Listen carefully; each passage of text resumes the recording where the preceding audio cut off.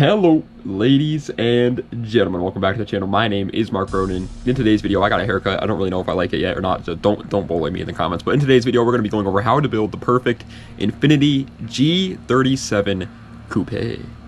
For those who are new to the how to build series, it works pretty simple.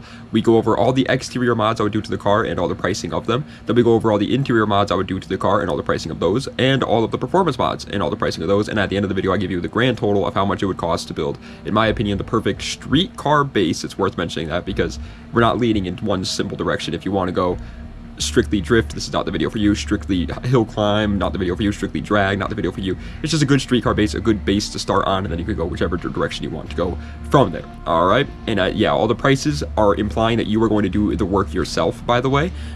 So if you do plan to bring your car to a professional, no judgment here, but just expect to pay maybe double to triple the price of the entire build, to be honest, because obviously it costs a lot of money and labor costs to bring it to a professional. All right, media of the day is Grand Theft Auto 4. Absolute banger. I remember me and my buddy used to sit up all night playing GTA 4, looking up cheat codes, and we wouldn't even do any of the story. We would do none of the story, as a matter of fact. We would just run around driving people over, having a blast. GTA 4 is a banger. Haven't played it in so long, but I want to try it out again. Also, huge shout out to Alex Martini for the idea on the how to build videos. He did it first on his channel, and I got the idea from him. I'm just doing my own Mark Roden take on it, so go check him out if you like these videos, because he did them as well. Without further ado, let's go right into it though with how to build the perfect Infiniti G37 Coupe. All right.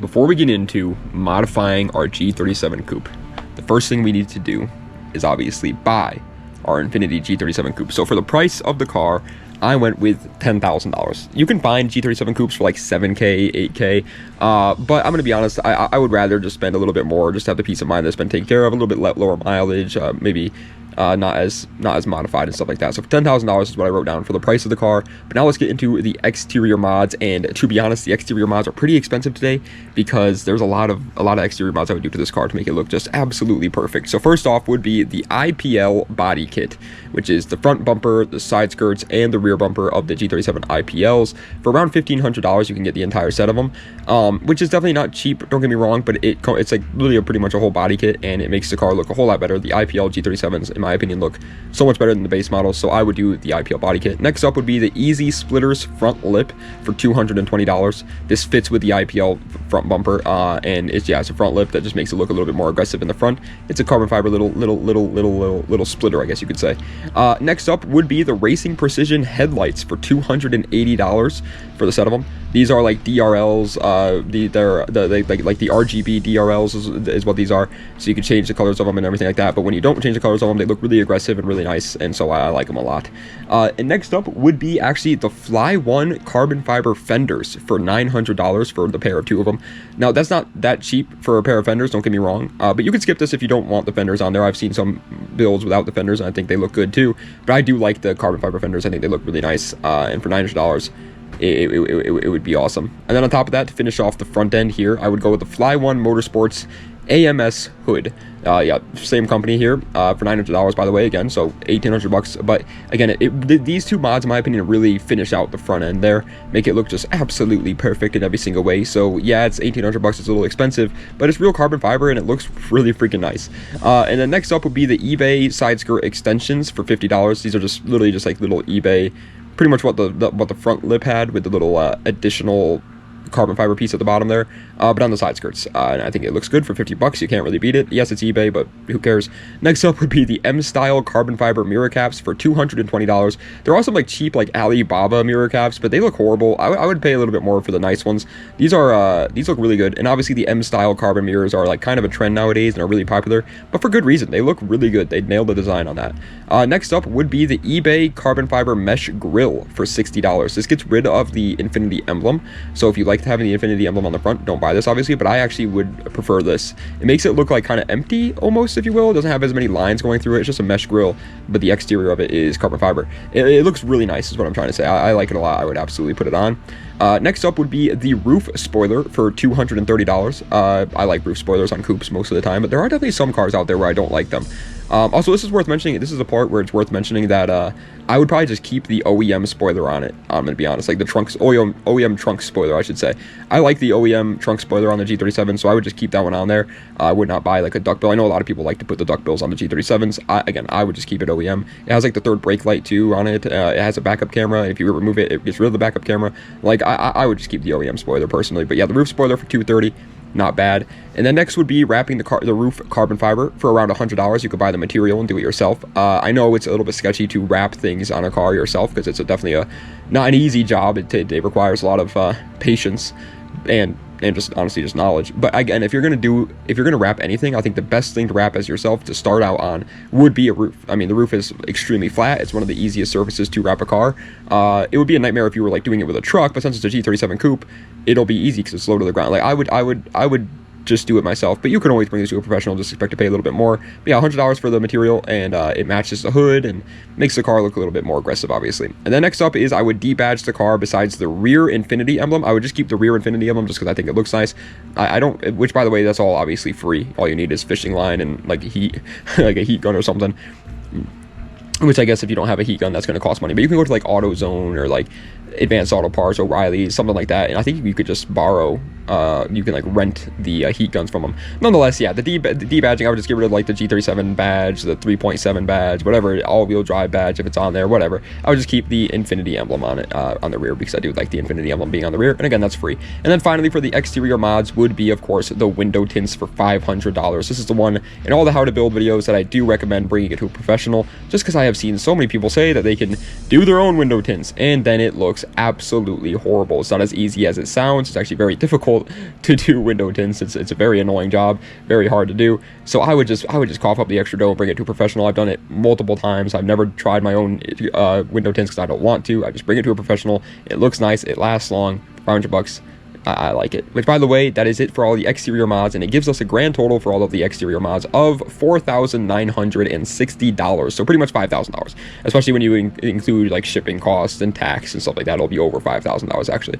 But nonetheless, yeah. So $5,000 for the perfect exterior. If for some reason you don't like the IPL body kit, you could save $1,500 there. And if you don't want the Fly One fenders and hood, you could save another $1,800, pretty much $2,000 there. So there's definitely some money to be saved in this build. But again, this is my perfect street car build, and I think this would look just absolutely incredible. This would look awesome for the exterior. But now let's get into the interior mods. I don't really go too hard with interior mods most of the days, but again, the G37 Coupe, I don't know what it is, man. I was just going crazy with the G37 Coupe build today, guys. I was doing so many mods. So first off, for the interior would be the Auto Power roll cage for $900. This is a half cage, not like a full-blown roll cage. So pretty much it's just behind you. It's behind your seats. Realistically speaking, you don't need this. This is just kind of there because I think it looks cool, if I'm being honest. Again, if you're going for performance or something like that, you probably shouldn't do this, if I'm being honest, because it just adds weight. But I think it looks really nice in the G37 Coupes, as crazy as it is to say. I would do it for $900. I would personally do it. Next up would be the Brom Elite Series seats in cream color. I know it's a little bit of a crazy color, but it's $850. Definitely not cheap for a pair of seats. You can get like NRG seats for much cheaper than that. But these are really nice seats. Like Brom is a reputable company, and I like the cream color actually, and I think it would look really, really nice in the car. Next up would be actually removing the back seats, which is, by the way, completely free. Obviously, you just got to take the back seats out. But yeah, I mean, if you're going to put the roll cage in there, you might as well take the back seats out anyways, because it's just weight reduction. There's no way anybody's going to be fitting back there with the roll cage in it. So yeah, I would remove the back seats for completely free, obviously. Give it a little bit like less weight. The back seats in a G37 Coupe aren't that great anyways, so might as well. Next up would be the carbon fiber interior trim for $200 to $40. This is the entire set of all the interior plastic pieces that you could turn them into carbon fiber if you wish to do that. You could mix and match. You could do whichever ones you want to. I would just buy the whole set though. That way you can decide how crazy you want to do. If you want to make every single carbon plastic piece in the interior carbon fiber, you could do that. If you want to do just a couple pieces, you could as well. Next up would be the JCF carbon fiber steering wheel for $380. A little bit expensive, obviously, but this keeps your airbag. It is not a quick release, so it's still safe, and it looks really, really nice. The carbon fiber wheels are they've been getting cooler and cooler as time goes on, to be honest. Next up, this is like a TikTok trend. I've been seeing this on a lot of builds recently, but I think it looks really cool, actually. The Tesla style screen for the interior for $600. It pretty much makes the infotainment system a big Tesla screen, like an iPad screen, and it actually makes the car just look 10 years more modern. Like literally, like it looks so much more modern now. It looks like a car that came out in 2024 rather than a car that came out in what, 2009, or maybe even 2008. I think is when the G37 Coupe came out. But nonetheless, yeah, it looks really good.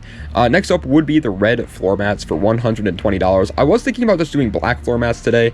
I guess it would really depend on how the seats look. That's my big thing. If the seats with the red don't match that well, then maybe I'd do black floor mats. But nonetheless, floor mats are nice. Obviously, they're kind of good to keep your car clean as well. Next up would be, of course, the Mishimoto shift knob for $50. Y'all already know I love my Mishimoto shift knobs, man. Not sponsored, but I love them. They're in my opinion, my favorite shift knobs out there. They're just so simple but so nice. For $50, you can't really beat it. Obviously, if you have a manual, you don't need this, by the way. Same with the next mod, which is the red shift boot for $20. Again, you don't need that if you have a automatic. I just realized I said 2 seconds ago that if you have a manual, you don't need this. I meant automatic, obviously, because you don't need a shift knob for an auto.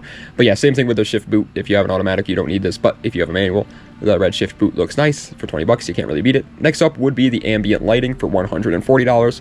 This is a coupe. I think the more modern coupes look really good with these ambient lighting packages and kits and stuff like that. I've seen some tacky ones for sure, but as long as you do it right, it should be good. And then finally, for all of the interior mods, will of course be the starry headliner for $340. Another mod just like the ambient lighting, just like the Tesla style screen, where it's a little bit of a trend right now to put this in your cars, but for good reason. Again, I think this looks really nice. I think that just makes the car's interior a whole lot more like vibey, I guess you could say. It's a nightmare of a job to do, but it does look good. Also, while you're got the headliner off, I probably would also paint the headliner and maybe even the pillars black, because I know in the G37 coupes the pillars and the headliner plastics are all like tan, which I think looks a little bit weird. So maybe paint it black while it's off as well. But nonetheless, yeah, $340 for the starry headliner, whole lots of vibes, which by the way gives us a grand total of all of the interior mods of $3,640. A little bit expensive for the interior on these how to build videos. Usually my interior mods are not that expensive at all, nowhere near that much, because I really don't care too much about the interior.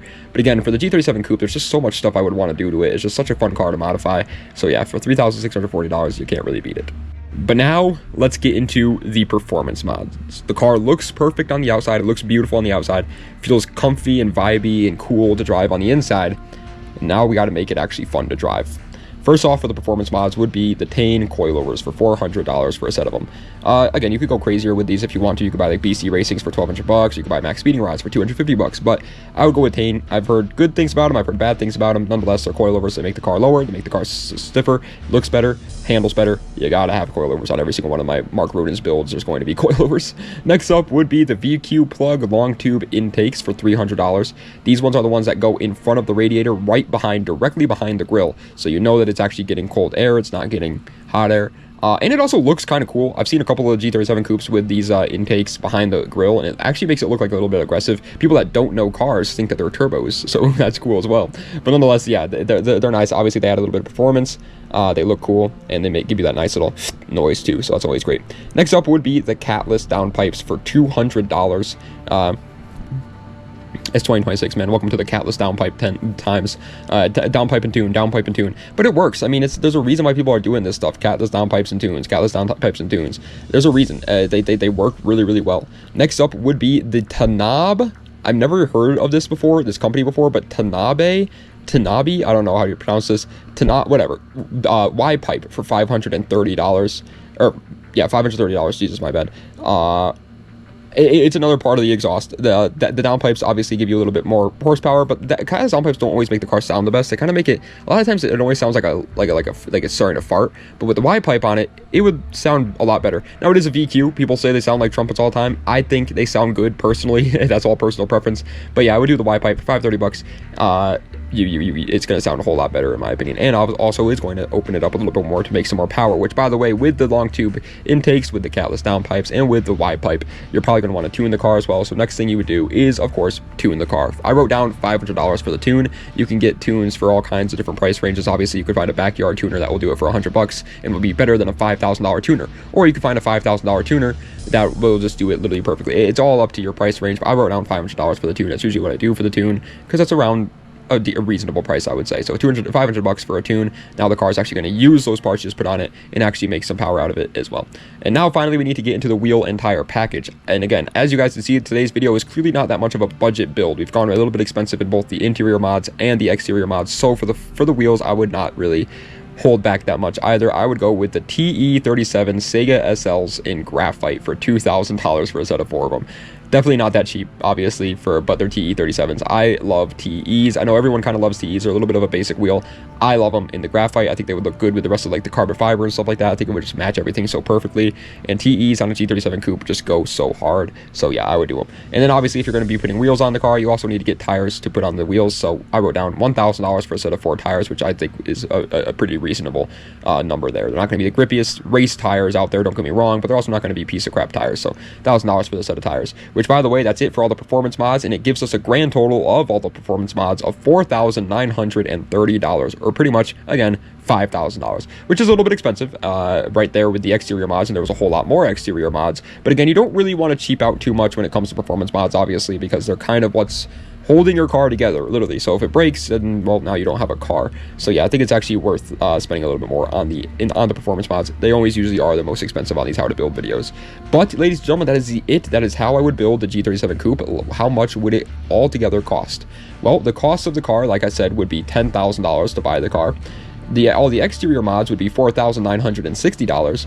All of the interior mods would be $3,640, and all of the performance mods would be $4,930 for a grand total of everything combined of $23,530 for, in my opinion, a damn near perfect G37 Coupe build. Again, obviously this car isn't like turboed yet, and it's not like full-blown like beautiful freaking perfect BC racing coiler. Like, it doesn't have all like the craziest mods on there. It's not the perfect build, but it's a really good start. And for under 24 grand, it's definitely a little bit more expensive. It's one of the more expensive how to build videos we've done in recent times for sure, but I think this would be awesome. I mean, I think this car would look just so incredible. The interior would feel really comfortable and really nice and luxurious to drive, and then all the performance mods would just make it such a fun experience to own this car. So I would personally be willing to do that with a G37 Coupe, personally. I said personally there approximately 15 times, but nonetheless, thank you guys so much for watching. That is the end of today's video on how to build the perfect Infiniti G37 Coupe. I hope you guys enjoyed. If you did, please be sure to like, comment, and subscribe to the channel for more content just like this. Let me know what videos I see in the comment section down below. Check the links in the description for any of my other social medias or any of my other YouTube channels or any of that great mumbo jumbo.